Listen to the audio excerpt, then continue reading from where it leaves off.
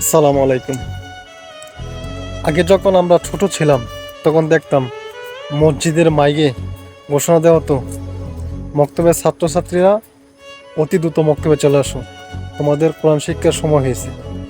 এখনও কিন্তু মক্তবে এই একই নামে ডাকা হয়।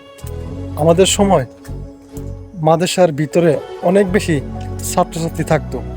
সমাজের প্রত্যেকটা ঘরে যে ছোট ছোট বাচ্চারা ছিল তারা মক্তবে যেত আরবি শিক্ষা নেওয়ার জন্য।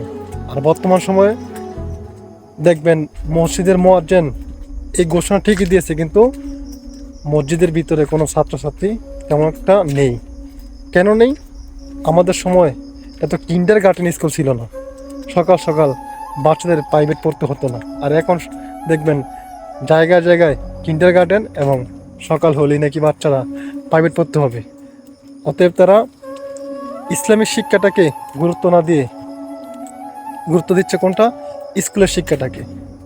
এটা কিন্তু বড় একটা ভুল। কেন ভুল? দেখবেন আমাদের বাংলাদেশে কিন্তু বৃদ্ধাশ্রমের অভাব নেই। কেন বৃদ্ধাশ্রমের? তো কারণ আপনি আপনার সন্তানকে ইসলামিক শিক্ষায় শিক্ষিত করতে পারেননি, যে কারণে দেশের ভিতরে এত বেশি বৃদ্ধাশ্রম। বৃদ্ধাশ্রমে কারা যায় জানেন? যারা আপনার সন্তানকে ইসলামী শিক্ষায় শিক্ষিত করতে পারেন নাই, আপনাদের সন্তানরাই একটা সময় গিয়ে আপনাদেরকে বৃদ্ধাশ্রমে রেখে আসে এবং আপনারা বাধ্য হন বৃদ্ধাশ্রমে যাওয়ার জন্য। এখন দেখবেন অনেকেই এক্সকিউজ দেয় যে সকাল সকাল প্রাইভেট আছে তাই মাদ্রাসার শিক্ষাটা দিতে পারলাম না। এই বাসায় একজন প্রাইভেট ইমাম সাহেব কিংবা একজন মুয়াজ্জিন সাহেব দিয়ে তার বাচ্চাকে সেই বাসায় নিয়ে প্রাইভেট পড়ায়। এখানে সে কী শিখলো? সবার সাথে যে শিক্ষাটা পাবে মাদ্রাসায় গেলে, সেটা কি বাসায় গেলে পাবে? অবশ্যই পাবে না। আসলে আমরা আমাদের চিন্তা ভাবনা চেঞ্জ করতে হবে।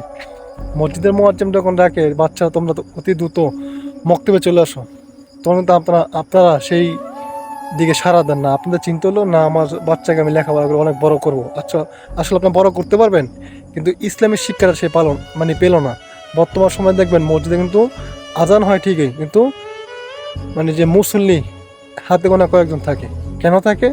যে আপনি আপনার সন্তানকে যদি ইসলামিক শিক্ষা না দেন, তাহলে সে কী করে বুঝবে যে আজান দিলে মসজিদে যেতে হবে বা কোরআন শরীফ পড়তে হবে এবং বাপ মাকে কীভাবে কদর করতে হবে। ইসলামিক শিক্ষার মাধ্যমে আপনি সমাজ পরিবর্তন করতে পারবেন।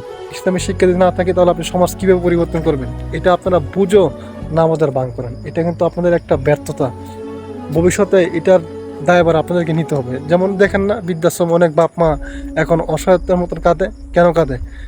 কারণ তারা তাদের সন্তানকে সঠিক শিক্ষা দিতে পারেনি। দেখেন গিয়ে, অবশ্যই এটা যদি আপনারা খোঁজখবর রাখেন তাহলে আপনারা বুঝতে পারবেন যে কেন আপনাদের সন্তানরা আপনাদেরকে বৃদ্ধাশ্রমে রেখে আসে। আপনি ইসলামিক শিক্ষাটাকে গুরুত্ব দেন। সকালবেলা মক্তবে আপনার বাচ্চাটা কয় ঘন্টা থাকে? 1 ঘন্টা সর্বোচ্চ।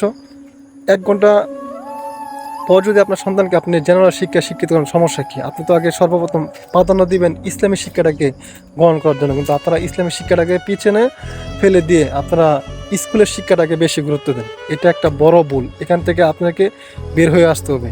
সবাই এই বিষয়টাকে গুরুত্ব দিবেন।